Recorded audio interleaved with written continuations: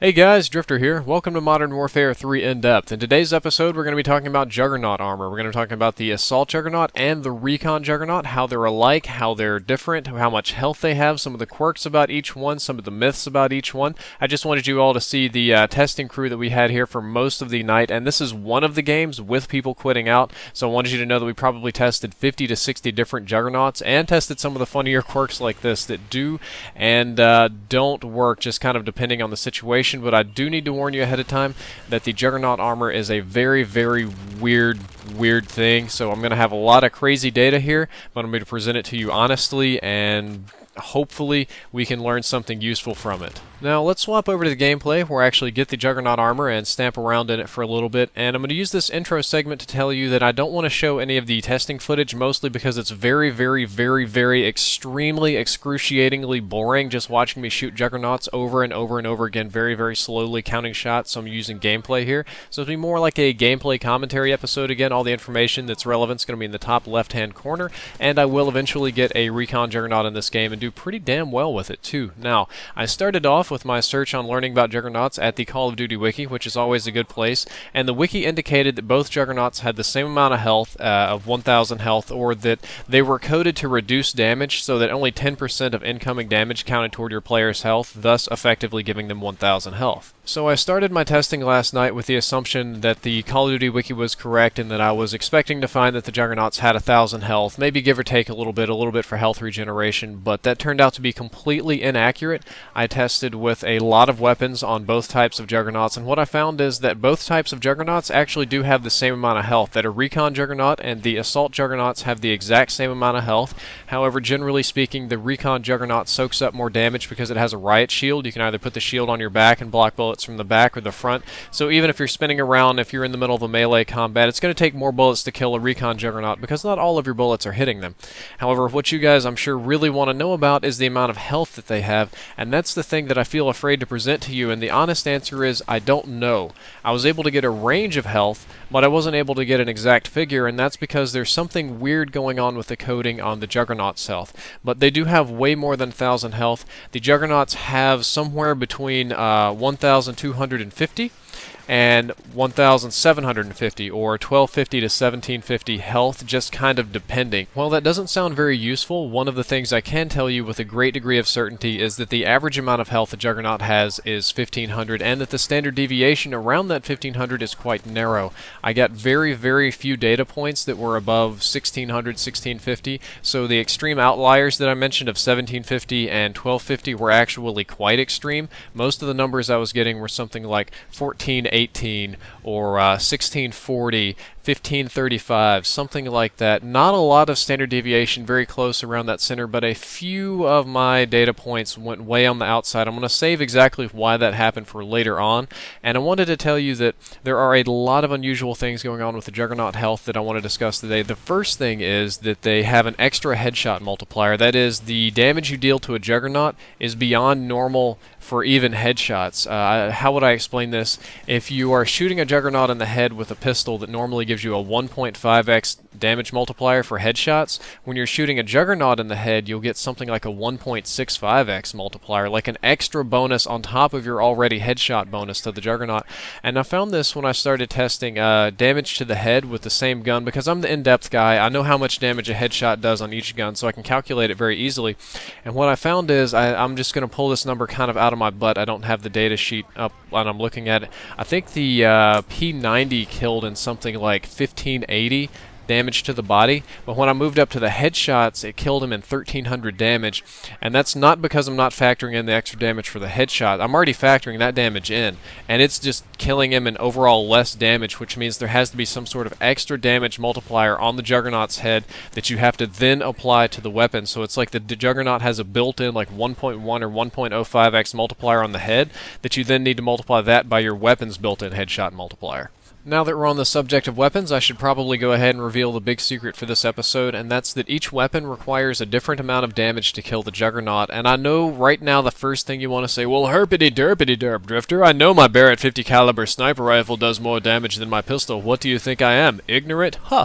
No. What I mean is that even on a point-by-point damage basis, which I have all the numbers I can calculate very easily, the different weapons require different amounts of damage to kill the Juggernaut. It's as if the Juggernaut has pre-coded into it different resistances against each and every single weapon, and I'm making a point to say each and every single weapon because it's not just a class of weapons. My first assumption was that it was based on weapon caliber, and that my sniper rifles and light machine guns would, of course, do more damage and kill the Juggernaut faster. That wasn't necessarily true. It more or less followed along those lines, that the higher caliber weapons would require less damage to kill the Juggernaut. It was as if the Juggernaut couldn't resist those high caliber bullets, and when I worked my way down to submachine guns and pistols, that it took a lot more rounds. That would be the average answer, that yes, that's true. However, within each weapon class, different weapons would have radically different resistances. For example, I can kill the Juggernaut in about 1400 damage with my FMG9. However, when I use a Scorpion, which is in the same class, it has the same caliber and almost the same damage, it requires way more bullets. It requires almost 1800 damage to kill a Juggernaut with a Scorpion. The Dragunov, the MSR, the Barrett 50 cal, the RSAS, they were all different. The CM901, the ACR, the FAD, they were different. All of my light machine guns were different. The pistols had a pretty great degree of difference in them killing the Juggernaut. So it seemed very random that different weapons would require more damage to kill the Juggernaut, and I really do not know why. Again, I'd like to reiterate that it took approximately 1500 damage on average, but it did move around quite a bit. The weapons that are very effective against Juggernauts, the most effective weapon I found to be the ACR, as far as a total damage. Time to kill is a little bit different, but the ACR was very effective. Akimbo FMG9s were very effective. Some of the light machine guns were effective, and the Barrett 50 cal was quite effective. The weapons that I would very highly recommend you avoiding are the Scorpion machine pistol, the MP9 machine pistol. Pretty much any of the handguns, even the Magnums and Desert Eagles, didn't seem to do a whole lot of damage to it. And I would also recommend avoiding all of the submachine guns. Of the submachine guns that I use, the UMP-45 worked the best, followed by the P90. MP5, MP7, PP90, all of those were quite crap against the Juggernaut, so I wouldn't use those at all. And explosives didn't seem to hurt them too much. The whole thing where you stick a Juggernaut and he dies, that was gone. He took a direct hit with a SMAW. My friends tell me he takes 2 direct hits with an RPG. You can lock onto a Juggernaut with a Stinger, like in T. Martin's video. A lot of people claim that was false, that you couldn't do it online, that it doesn't work. What happens is the Stinger launches straight, and I mean like perfectly straight. It doesn't arc very much. It only arcs in the sky because the helicopters are very far away, but its rate of turning is quite slow. So if your Juggernaut is walking just a little bit, he can very easily dodge that. We found that out on accident when I shot a moving Juggernaut and it just pounded the wall.